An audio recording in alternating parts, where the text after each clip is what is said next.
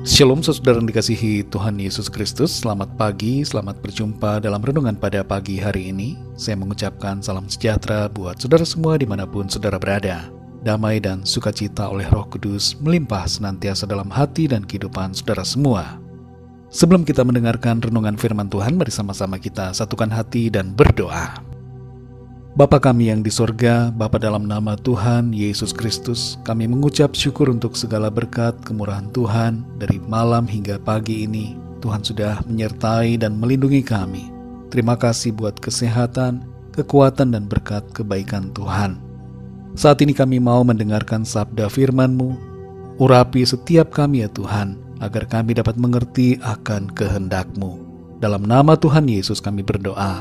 Haleluya, amin. Saudara yang dikasihi Tuhan, pembacaan Alkitab kita pada saat ini terdapat dalam Injil Lukas pasal yang ke-9. Saudara dapat membacanya secara pribadi setelah mendengarkan renungan ini. Saya akan membaca Injil Lukas pasal 9 ayat 49 sampai 50. Tertulis demikian. Yohanes berkata, "Guru, kami lihat seorang mengusir setan demi namamu, lalu kami cegah orang itu, karena ia bukan pengikut kita." Yesus berkata kepadanya, "Jangan kamu cegah, sebab barang siapa tidak melawan kamu, ia ada di pihak kamu." Saudara yang dikasihi Tuhan, situasi panas sedang terjadi di perbatasan Rusia dan Ukraina pada saat ini. Sejak Maret 2021, Rusia menempatkan ribuan pasukannya di perbatasan. Tapi bulan Juni secara perlahan pasukan itu ditarik mundur. Namun Oktober 2021, kembali Rusia menempatkan lebih dari 100.000 pasukannya mengelilingi 3 bagian batas dengan Ukraina. Situasi ini disebabkan karena Rusia tidak mau Ukraina bergabung dengan NATO dan ingin agar NATO mengurangi pasukannya di Eropa Timur. Bila hal itu tidak dipenuhi, maka Rusia mengancam akan melakukan tindakan militer. Sebagian besar negara lain seperti Amerika Serikat, Inggris dan Jerman sudah bersiap-siap melakukan aksi militer bila Rusia memulai perang. Kita belum tahu apa yang akan terjadi berikutnya, namun kita doakan agar situasi menjadi baik kembali. Kita semua tentu ingin hidup dalam kedamaian dan jauh dari konflik apalagi peperangan. Firman Tuhan dalam Roma 12 ayat yang ke-18 mengatakan, "Sedapat-dapatnya kalau hal itu bergantung padamu, hiduplah dalam perdamaian dengan semua orang." Secara pribadi kita harus mengutamakan perdamaian, kasih dan pengampunan. Dan kita harus mulai perdamaian itu dari diri kita sendiri dan dari skala terkecil dalam kehidupan kita. Dalam Lukas 9 ayat 49 sampai 50 ini, seorang dari murid Tuhan Yesus yaitu Yohanes mengatakan bahwa ia dan para murid yang lain melihat ada seorang yang mengusir setan dengan memakai nama Tuhan Yesus. Karena merasa bahwa orang itu bukan pengikut Tuhan Yesus, mereka mencegah orang tersebut.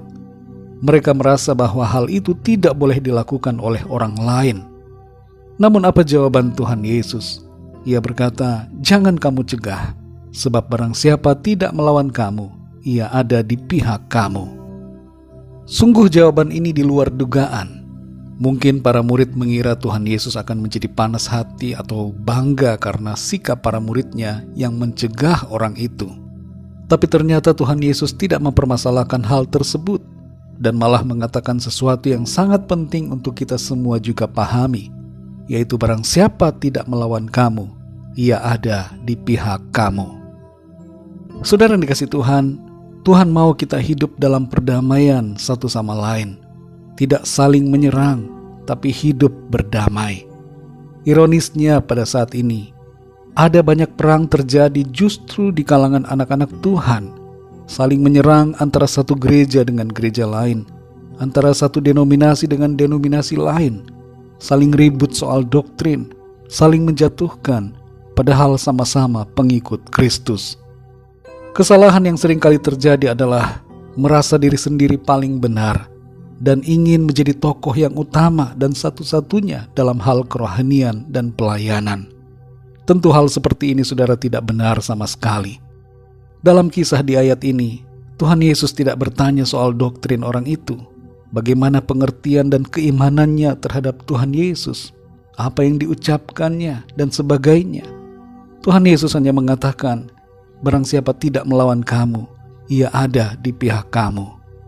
Tanpa sepengetahuan kita, saudara, Tuhan juga memakai orang-orang lain untuk menyatakan kemuliaannya bagi dunia dan untuk melayani Dia.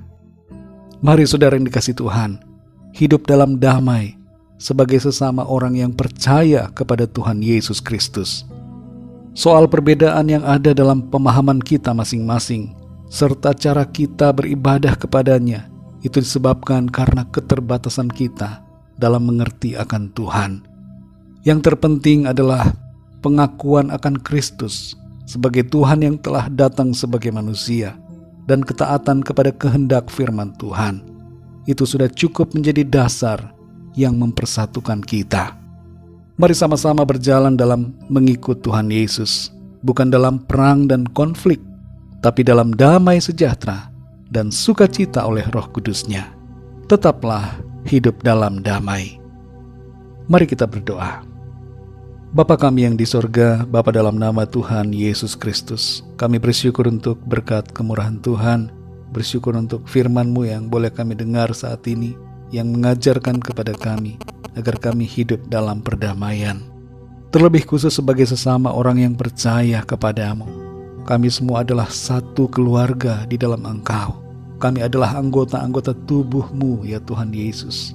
Karena itu ya Tuhan, tolong kami, supaya kami tidak berkonflik satu sama lain, tapi saling mengasihi, menopang dan mendoakan. Terima kasih untuk pengajaran firman-Mu. Kami menyadari pentingnya hidup dalam kedamaian. Karena itu merupakan kehendak Tuhan bagi kami, agar kami menjadi satu, sama seperti Engkau dan Bapa adalah satu. Terima kasih Bapa, kami mengucap syukur. Pimpin kami di sepanjang hari ini dalam segala aktivitas kami.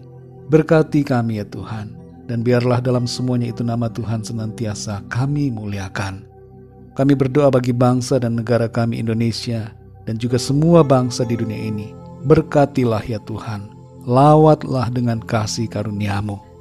Dan kami berdoa bagi yang sedang dalam pergumulan masalah, agar Tuhan Engkau memberikan jalan keluar.